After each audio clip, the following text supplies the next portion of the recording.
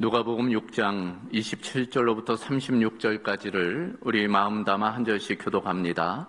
그러나 너희 듣는 자에게 내가 이르노니 너희 원수를 사랑하며 너희를 미워하는 자를 선대하며 너희를 저주하는 자를 위하여 축복하며 너희를 모욕하는 자를 위하여 기도하라. 너의 입뺨을 치는 자에게 젖뺨도 돌려내며 내 겉옷을 빼앗는 자에게 속옷도 거절하지 말라. 내게 구하는 자에게 주며 내 것을 가져가는 자에게 다시 달라 하지 말며 남에게 대접을 받고자 하는 대로 너희도 남을 대접하라. 너희가 만일 너희를 사랑하는 자만을 사랑하면 칭찬받을 것이 무엇이냐. 죄인들도 사랑하는 자를 사랑하느니라. 너희가 만일 선대하는 자만을 선대하면 칭찬받을 것이 무엇이냐. 죄인들도 이렇게 하느니라. 너희가 받기를 바라고 사람들에게 구워주면 칭찬받을 것이 무엇이냐. 죄인들도 그만큼 받고자 하여 죄인에게 구워주느니라. 오직 너희는 원수를 사랑하고 선대하며 아무것도 바라지 말고 구워주라. 그리하면 너희 상이 클 것이요 또 지극히 높으신 이의 아들이 되리니 그는 은혜를 모르는 자와 악한 자에게도 인자하시니라. 너희 아버지의 자비로우심 같이 너희도 자비로운 자가 되라. 아멘. 자, 오늘 종려 주일 맞아 함께 읽은 누가복음 6장 27절로부터 36절 말씀 통해서 너희 원수를 사랑하라 라는 제목의 말씀 함께 나누도록 하겠습니다. 여러분, 성경에서 예수님의 사상이 가장 잘 농축되어 있는 본문이 여러분은 어디라고 생각하십니까? 많은 것이 있겠지만 가장 대표적인 본문 중 하나는 바로 오늘 본문이라고 할 수 있겠습니다. 한마디로 오늘 본문을 축약해 보면 원수를 사랑하라 라고 축약해 볼 수 있겠어요. 원수. 이 원수를 사랑하라 라는 것은 이제 원수를 용서하라는 말의 적극적인 형태라고 할 수 있습니다. 그러니까 용서와 사랑은 늘 함께 가기 때문이에요. 동전의 양면 같고 또 손바닥과 손등과 같아요. 용서하면 사랑하게 되고 사랑하면 용서하기 때문인 것입니다. 그럼에도 불구하고 평생 동안 원수에 붙잡혀서 인생을 망치는 사람들이 참으로 많이 있습니다. 원수에게 당한 어떤 일 자체 때문이 아니라 그에 대한 어떤 원망과 분노 때문에 인생을 망치는 경우들이 많이 있어요. 하지만 모두가 그런 건 아니에요. 오히려 용서를 통해서 그 인생이 변한 사람들도 많이 있는 것입니다. 여러분, 넬슨 만델라 대통령을 기억하실 거예요. 남아프리카 공화국의 이제 대통령입니다. 사실은 원래 흑인 인권 운동가였지요. 남아프리카에서 흑인에 대한 차별이 컸잖아요. 백인들이 흑인들을 무시하고 차별하고 이제 많은 어려움을 줬어요. 그것에 대해서 흑인 운동을 진행한 이 넬슨 만델라, 그로 인해서 무려 26년 동안 옥생활을 했습니다. 감옥에 갇혔어요. 지난한 삶을 살게 되었죠. 그리고 추록하고 난 연후 이제 노벨 평화상도 받고 결국에는 이 남아프리카 공화국의 대통령이 되었습니다. 여러분, 만약 그런 모진 고통 끝에, 고난 끝에 대통령이 되었으면 어떻게 할까요? 보통의 경우는 그 원수들을 숙청할 거예요. 일반적으로는 그렇습니다. 그러나 이 넬슨 만델라 대통령은 그렇게 하지 않았어요. 오히려 자신의 취임식 때 가장 앞자리에 그 교도소의 소장하고 교도관들을 초대했습니다. 그들을 용서한 거예요. 오히려 그들에게 화해의 손을 내민 것입니다.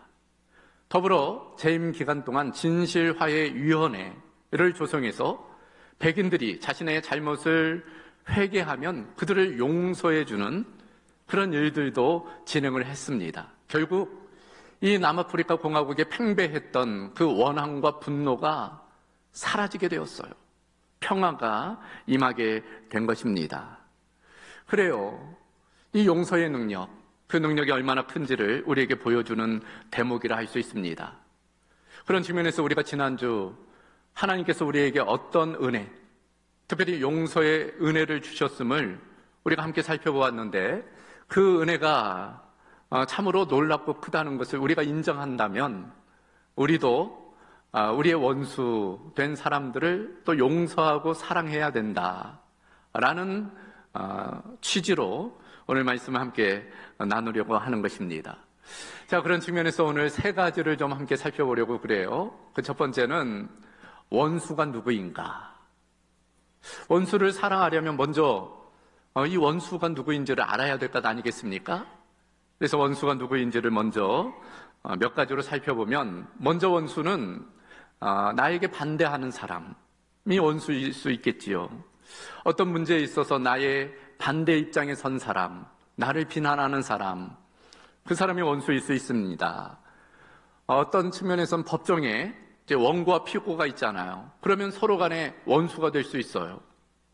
정치적으로 다른 이데올로기를 가지고 있다면, 정치적인 어떤 입장이 다르다면 상호 간의 원수처럼 여길 수 있습니다.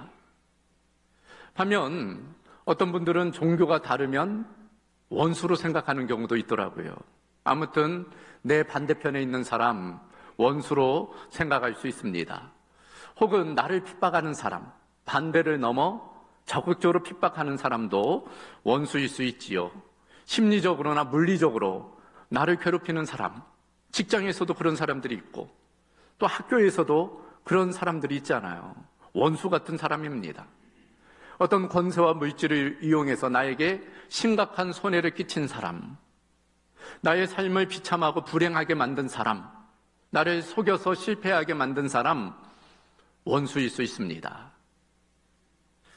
그래서 원수는 결국 누구인가? 그런 일들로 인해서 내가 미워하는 사람, 그 사람이 원수가 되는 거죠. 나를 모욕하고 무시하고 경멸했기 때문에, 나에게 고통을 줬기 때문에 나도 똑같이 그 사람에게 같은 고통을 주고 싶은 그 대상이 원수일 수 있는 것입니다.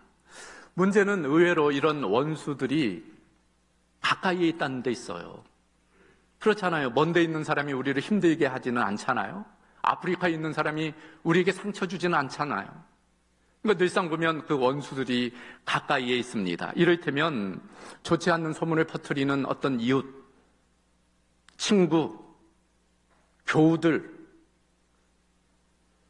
혹은 도와주었는데 은혜 모르고 나를 배신한 어떤 친구, 심지어 가족도 원수가 될 때가 있잖아요. 아들, 딸이 왼수일 때가 있어요. 남편이, 아내가 왼수가 될 때가 있어요. 부부관계 왼수가 될 수 있습니다. 사랑한 만큼 기대가 크잖아요. 그 기대가 이루어지지 않을 때 실망감이 크고, 그래서 원수와 같은 마음이 들 수도 있습니다.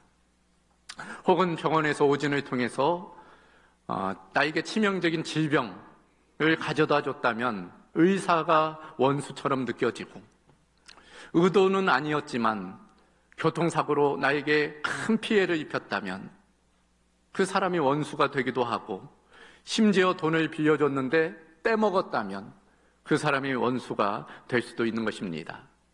또 어떤 사람이 원수가 될 수 있을까요?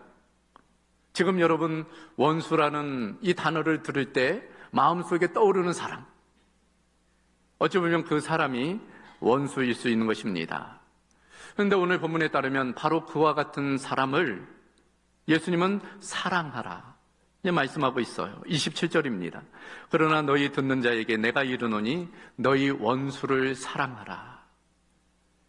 어떤 종류의 원수이든 크고 작은 상처를 입혔든 관계없이 그 원수를 사랑하라. 참으로 이 말씀은 어려운 말씀이죠. 쉽지 않은 말씀입니다. 우리는 그런 의문을 가져요. 어떻게 그럴 수 있을까? 정말 원수를 사랑할 수 있을까? 그런 의문을 가지는 것입니다. 그래서 두 번째로 살펴볼 것은 어떻게 원수를 우리가 사랑할 수 있을까? 어떻게 원수를 사랑해야 하는가? 이제 그 부분을 살펴보려고 하는 것입니다. 그래서 사실 성경에서 이 사랑이라고 할 때 이 단어 헬라어로는 크게 네 가지로 사용이 됩니다. 여러분도 잘 알겠지만 에로스, 필리아, 스톨로게, 아가페예요. 에로스라는 것은 연인 간의 사랑이죠. 필리아는 친구들 간의 우정입니다. 반면 스톨게는 가족의 사랑, 부모의 자녀에 대한 사랑, 스톨게예요. 그렇다면 아가페는 뭘까요? 하나님의 우리에 대한 사랑, 즉 다른 사람의 유익을 위해서 행하는 것, 그게 바로 아가페적인 사랑입니다. 오늘 본문에서 원수를 사랑하라고 할 때 그 단어는 무엇일까요? 바로 아가페입니다. 아가페적인 사랑으로 그 원수를 사랑하라는 거예요. 그러니까 친구와 같은 우정으로 원수를 사랑하기는 쉽지 않을 거예요. 가족과 같은 그런 마음으로 원수를 사랑하기는 어려울 것입니다. 그러나 아가페로는 가능하다는 거예요. 이 아가페는 감정이나 느낌이 아닌 의지적인 행동을 의미하기 때문이 감정으로는 사랑하고 싶지 않아도 의지적으로, 행동으로 그 사람을 사랑하라는 것입니다. 그러니까 원수를 좋아하라는 말씀은 아니에요. 좋아할 수는 없으나 사랑할 수는 있다는 거예요. 그가 어떻게 행동하든 관계없이 내 편에서 그 사람에게 선하게 대해야 된다. 그걸 말씀하고 있는 것입니다. 자, 그런 측면에서 우선 우리는 원수를 사랑하는 것이 아닌 것을 좀 살펴볼 필요가 있어요. 다른 의미에서는 원수를 용서하는 것이 아닌 것, 그것을 좀 생각해 볼 필요가 있습니다. 기독교 영성학자 리차드 포스터가 참된 용서라는 글에서 참된 용서가 아닌 몇 가지를 이야기한 바가 있어요. 이런 것들입니다. 그냥 덮어두는 것. 그냥 덮어두는 것은 용서가 아니라는 거예요. 참된 용서가 아니라는 것입니다. 상대방의 잘못이 명백함에도 마치 없는 것처럼 그냥 덮어두는 것은 용서가 아니라는 거예요. 언젠가는 냄새가 날 수밖에 없다는 거예요. 그것이 문제를 일으킬 수밖에 없다는 것입니다. 괜찮아요. 나한테 그건 아무 상처가 안 됐어요. 그런 식으로 덮고 넘어가서는 참된 용서가 아니라는 거예요. 오히려 자기가 상처받았다는 것을 이야기해 줄 필요가 있다는 거예요. 거기로부터 참된 용서가 시작이 된다는 것입니다. 두 번째는 그냥 잊어버리는 거예요. 많은 사람이 용서를 그냥 있는 것으로 생각합니다. 용서하고 잊자. 잊어버리자. 그러나 진정한 용서는 잊는 것이 아닙니다. 잊혀지지 않기 때문이 어떻게 그 일이 잊혀지겠어요? 그냥 수면 아래 잠겨졌을 뿐 충격을 가하면 다시금 일어나게 되는 거예요. 진정한 용서와 잊는 것은 그래서 차이가 있습니다. 용서하는 것은 복수심이 사라져요. 그러나 잊으려 하면 적대감이 남게 되는 것입니다. 그런 의미에서 잊는 것은 참된 용서가 아닌 거지요. 또 한 가지는 그냥 관계를 지속하는 거예요. 없는 것처럼, 없었던 것처럼 예전과 같이 관계를 진행해 나가는 것입니다. 정말 그럴 수 있을까? 그럴 수 없는 거죠. 그저 환상에 불과합니다. 겉으로는 관계가 지속되는 것 같지만은 그러나 이미 관계는 깨진 거예요. 진정한 용서 없이 진정한 관계는 지속될 수 없는 것입니다. 그런 측면에서 거짓된 용서, 거짓된 사랑을 우리가 경계할 필요가 있어요. 자, 그렇다면 어떻게 우리가 원수를 사랑할 수 있을까? 어떻게 원수를 사랑해야 되는가? 오늘 말씀을 통해서 크게 두 가지를 함께 살펴보겠습니다. 예수님은 이것을 제시하고 있어요. 먼저는 기도하라 입니다. 그 원수를 위해서 기도하라는 거예요. 28절 말씀을 보면 너희를 저주하는 자를 위하여 축복하며 너희를 모욕하는 자를 위하여 기도하라. 너희를 저주하고 모욕하고 핍박하는 자를 위해서 기도하라 말씀하고 있어요. 그것이 원수를 사랑하는 가장 첫 번째 방법입니다. 참 쉽지 않은 일이죠. 나를 반대하고 나를 미워하고 나를 핍박하는 사람을 위해서 기도한다는 것 참 쉽지 않은 일이에요. 그러나 기도하면 변하는 거예요. 기도하면 우리의 마음이 새로워지는 것입니다.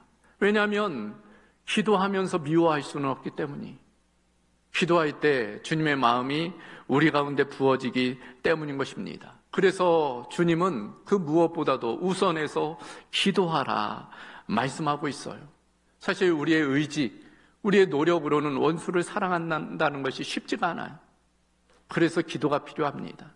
기도할 때 하나님의 마음이, 그 아가페의 마음이 우리에게 부어지지요. 그럴 때 원수까지라도 사랑할 수 있게 되는 것입니다. 두 번째는 관용하라 말씀하고 있어요. 29절 이하의 말씀입니다. 너의 이 뺨을 치는 자에게 젖뺨도 돌려대며 내 겉옷을 빼앗는 자에게 속옷도 거절하지 말라. 내게 구하는 자에게 주며 내 것을 가져가는 자에게 다시 달라 하지 말라. 한마디로 관용하라는 거예요. 관용이 뭡니까?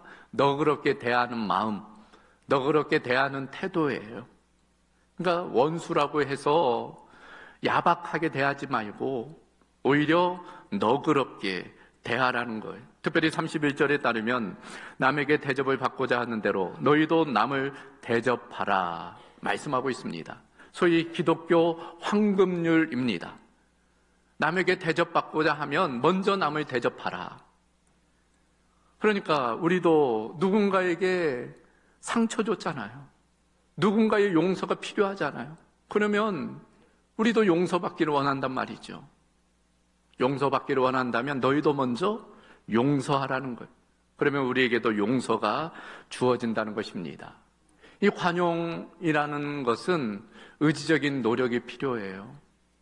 우리가 마음이 동하지 않더라도 의지적으로 행동하는 것입니다.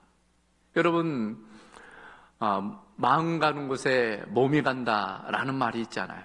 그러나 그 반대도 마찬가지입니다. 몸이 가면 마음 가게 되어 있어요. 처음에는 마음이 담아지지 않더라도 계속적으로 하다 보면 마음이 담아지는 거예요.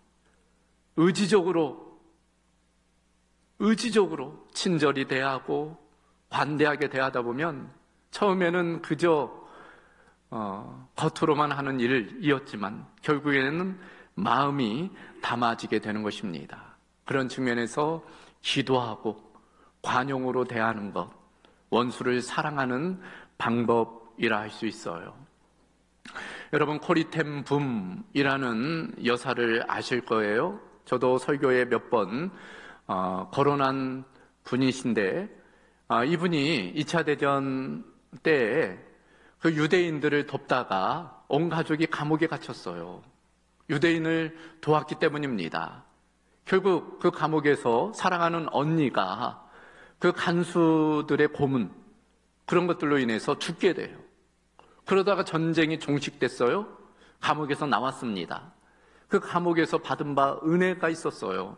그래서 이 코리템붐 여사가 치유와 화해, 용서의 말씀을 이제 전하게 됩니다. 순회하면서, 유럽 전역을 순회하면서 이제 말씀 간증을 하는 거예요.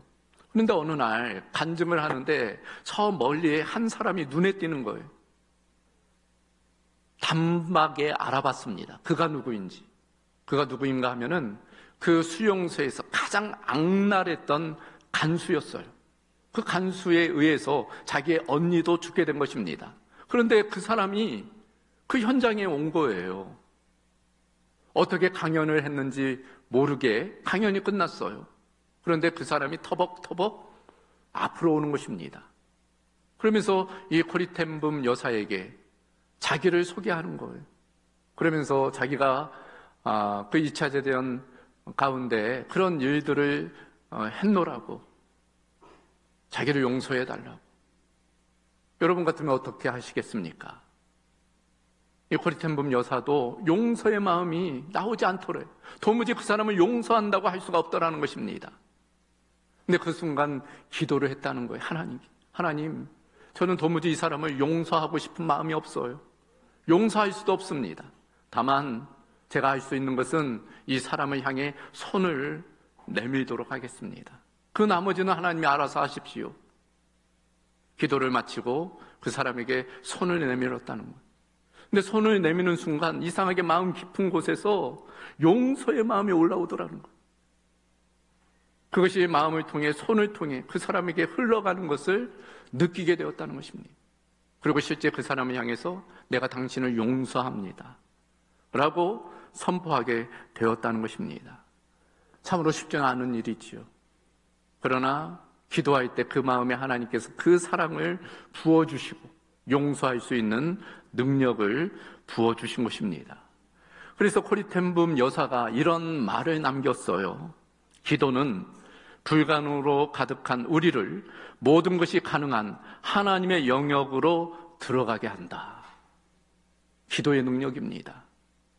우리로서는 어떻게 원수를 용서할 수 있겠습니까? 어떻게 원수를 사랑할 수 있겠어요? 그러나 기도할 때 하나님께서 그런 마음을 부어주시는 거예요. 저와 여러분 가운데도 그런 은혜, 그런 용서의 능력, 사랑의 능력이 있기를 주님의 이름으로 소망합니다. 마지막 한 가지 더. 그렇다면 왜 우리는 원수를 사랑해야 하는가? 왜 원수를 사랑해야 하는가? 오늘 말씀을 통해서 몇 가지를 생각해 보겠습니다. 32절, 33절을 보면 이렇게 되어져 있어요. 너희가 만일 너희를 사랑하는 자만을 사랑하면 칭찬받을 것이 무엇이냐? 죄인들도 사랑하는 자를 사랑하느니라.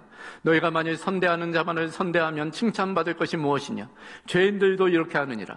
너희가 받기를 바라고 사람들에게 구워주면 칭찬받을 것이 무엇이냐? 죄인들도 그만큼 받고자 하여 죄인에게 구워주느니라. 여기 보면 두 부류로 나누고 있어요. 너희와 죄인입니다. 여기서 말하는 너희는 누구일까요? 우리 그리스도인들. 예수 믿는 우리를 의미하는 거예요. 너희는 죄인들과는 다르다는, 너희는 구원받지 않은 세상 사람들과는 다르다는 거예요. 우리의 정체성입니다. 우리는 다른 존재이므로 예수 그리스도의 그 은혜와 사랑을 받은 자로서 다른 삶을 살아가야 된다는 거예요. 세상 사람도 자기를 사랑하는 사람은 얼마든지 사랑한다는 거예요. 그러나 원수에 대해서는 미워한다는 것입니다.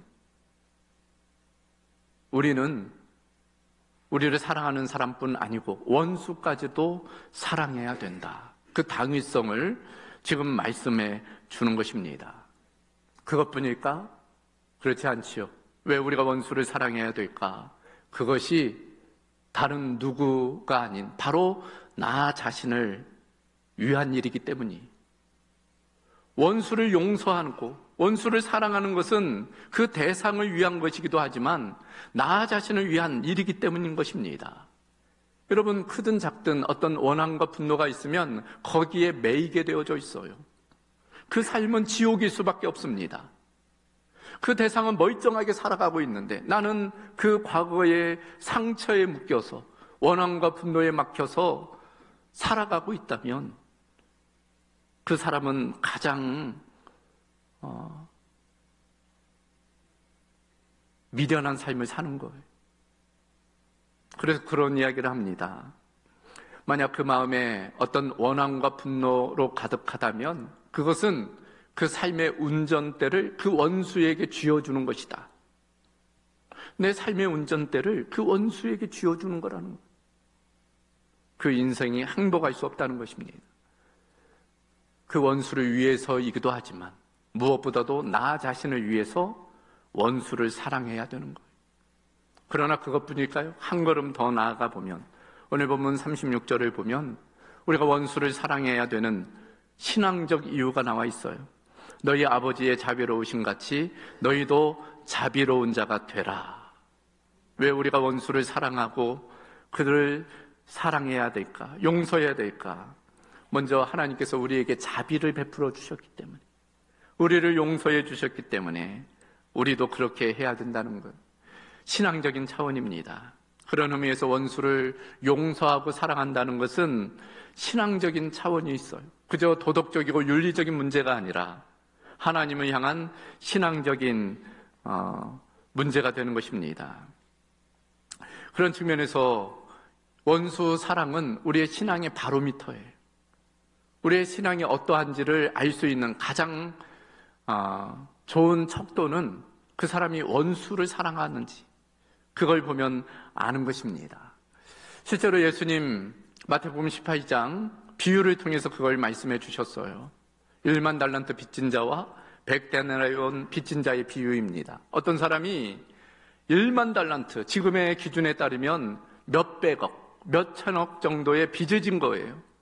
도무지 갚을 수 없는 것입니다. 그때 그 주인이 그걸 탕감해 줬다는 거예요. 용서해 준 거지요. 근데 그 사람이 이제 밖에 나갔는데 자신에게 100데나리온 빚진 친구를 만났다는 거예요. 어떻게 했을까? 용서해 주지 않았다는 거예요. 그 사람을 감옥에 집어넣었다는 것입니다. 그때 그 소식을 주인이 듣게 된 거예요. 그래서 다시 그를 불렀다는 것입니다. 그를 책망한 거예요. 너는 그렇게 많은 돈을 탕감받고서도 그 친구의 작은 빚을 탕감해 주지 않았느냐? 그 빚을 다 갚을 때까지 감옥에 들어가 있어라. 용서받았다면 우리가 용서해 줘야 된다는 것입니다. 하나님께서는 우리에게 놀라운 은혜, 그 용서를 허락해 주셨어요.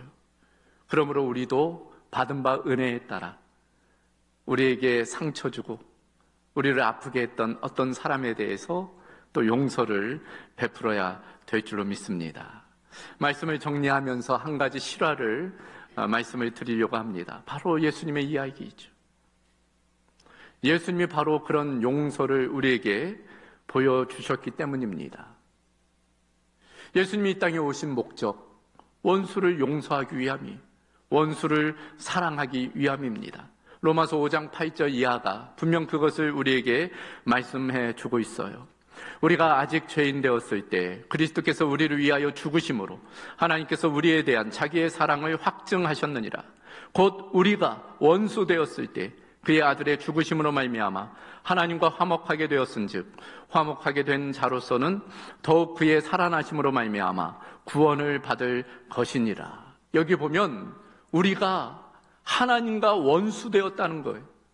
뭘로? 죄로 인해서. 우리는 죄로 인해 하나님과 원수된 자였다는 것입니다. 그럼에도 불구하고 하나님께서는 그 아들을 보내주셨다는 거예요. 우리가 의인이었기 때문이 아니고 우리가 회개했기 때문이 아니고 우리가 아직 죄인 되었을 때, 우리가 아직 원수 되었을 때 하나님께서 그 아들을 통해서 우리에 대한 사랑을 확증해 주셨다 말씀해 주고 있는 것입니다. 바로 그 일을 위해서 예수님 2000여 년 전 예루살렘에 올라가신 거예요. 나귀 타고 그 예루살렘에 입성하셨어요. 그리고 한 주간 고난의 여정을 거니시게 된 것입니다. 그리고 금요일에 십자가에 달려 죽으셨어요. 바로 우리를 사랑하셔서 우리를 용서하기 위하셔서 그와 같은 일을 진행을 하셨습니다. 그런 측면에서 우리도 그 용서받은 자로서 우리에게 상처 입힌 그런 사람들을 용서하며 살아가야 될 줄로 믿습니다. 종려주일 고난주가를 보내면서 하나님의 풍성한 용서와 그 사랑의 은혜가 용서하고 사랑하고자 하는 저와 여러분 가운데 있기를 주님의 이름으로 소망합니다. 감사하신 아버지 하나님, 우리가 아직 죄인 되었을 때, 하나님과 원수 되었을 때 그 아들을 이 땅에 보내셔서 우리를 위해 십자가에 달려 죽으심을 통해 우리를 사랑하시고 우리를 용서해 주심에 감사를 드립니다. 오늘 종려주일을 맞아 그 주님의 이 땅에 오신 그 목적과 의미를 우리가 다시금 되새기게 하여 주시고 우리가 용서받은 자로서 또 용서하며 사랑하며 살아가는 은혜가 있게 하여 주시옵소서. 모든 것 주께 부탁하오며 우리 주 예수 그리스도의 이름으로 기도하옵나이다. 아멘.